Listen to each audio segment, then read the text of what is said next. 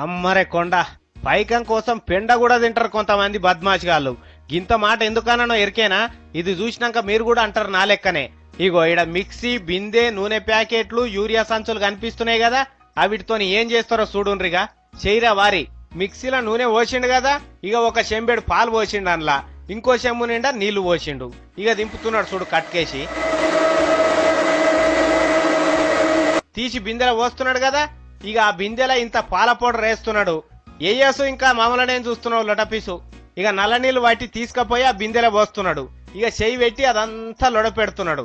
అందులో ఇంత యూరియా కలిపి అన్ని కలిపి లొడపెట్టి అందులో నీళ్లు పోస్తాడు. అంటే లీటర్ పాలు, 9 లీటర్ల నీళ్లు, చేన్లకు చల్లే యూరియా, చెడిపోయిన నూనె ప్యాకెట్, ఇవన్నీ కలిపి వీడు పాలు తయారు చేస్తున్నాడు అన్నట్టు. ఏడాది 2 ఏళ్ల సంది ఇట్లా తయారు చేస్తున్నాడట. ఇట్లా కల్తీ పాలు తయారు చేసి క్యాన్లలో పోసుకొని ఏం చేస్తున్నాడో వారిని అడుగుదాం.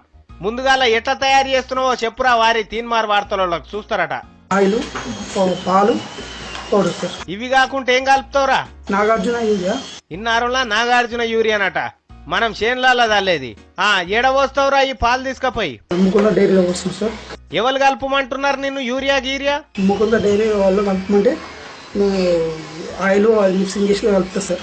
చూసిండ్రా, ఈ కల్తీ పాలు తీసుకపోయి ముకుంద డైరీలో పోస్తున్నాడట. వాళ్ళు కలుపుమంటేనే కల్తీ పాలు తయారు చేసి ఇట్లా యూరియా, నూనె కలుపుతున్నాడట. ముకుంద పాలే తాగుతున్నారా మీరు? ప్యాకెట్లు కొనుక్కొచ్చుకొని ఎరువుల మందు, పురుగుల మందు కలిపిన పాలు తయారు చేసి ఇట్లా పబ్లిక్ పానాలతోని ఆటలాడుతున్నారు. వీళ్ళ నోట్లే మన్ను పోయ్యా. ఈ లుచ్చగాలు తాగుతారా ఈ పాలు పురుగుల మందు కలిపినాయి? మరి ఎట్లా దొరికింది వీడంటే రోజు రాత్రిపూట మిక్సీ నడిపిస్తుండట.